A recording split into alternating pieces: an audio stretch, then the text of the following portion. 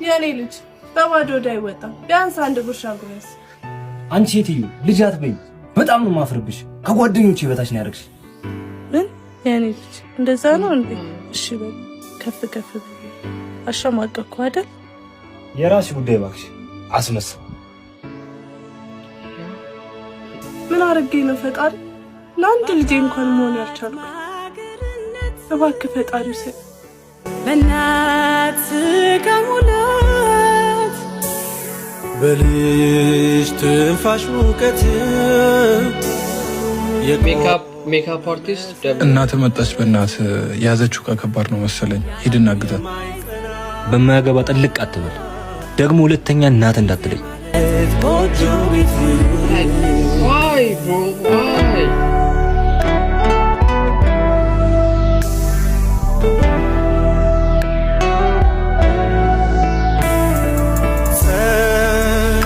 ጸቱን በፊት አንድ ነገር ልንገርህ፣ ስታጣት ይቆጫል። ደግሞ የእናትና የብር አሮጌ የለው። ተረትህን እዛው ለራስ ያዘው ወረኛ። አሁንስ በህይወት ያለች ይመስላል። ከቤቱ ሄደ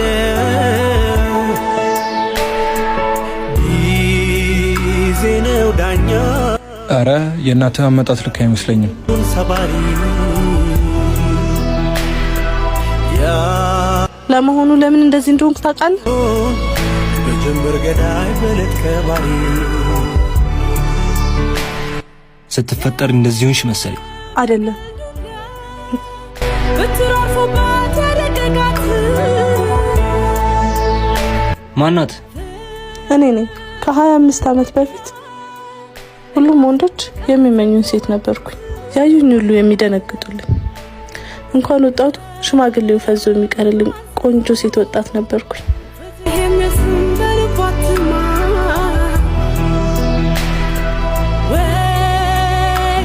ነገር ግን በአንድ በተረገመ ምሽት ከስራ ስመለስ ሁለት ወንበዴዎች ተከታትለው ቤቴ ድረስ ገብተው ከተጫወቱብኝ በኋላ ጋዝ አርከፍክፈው አቃጥሎ ሊገሉኝ ነበር።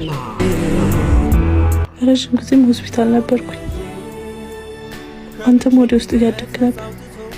ነው እሱ የተረገዙ ይዛኔ ነው እንደርሱም ተወለድክ።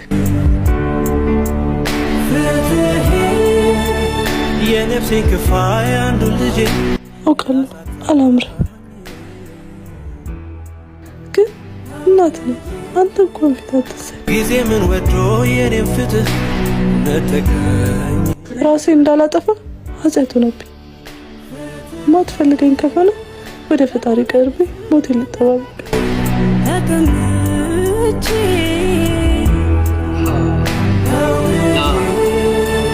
ያንገቱ ሽታ እስትንፋሱ ተጠምቼ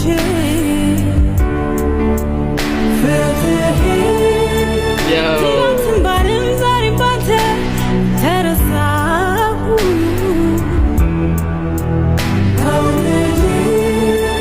በሳቅህ ናፍቆት ተማርኬ ሳልኖር ሞትኩ። ያው አክቲንግ ሜካፕ ኢሞሽኑ ሁሉ ነገር ነው የመጣው። ደብሊው ያው ና ስሜታው ሊያረጉ ነው እንዴ? ቆይ አይደለም ይቻላል።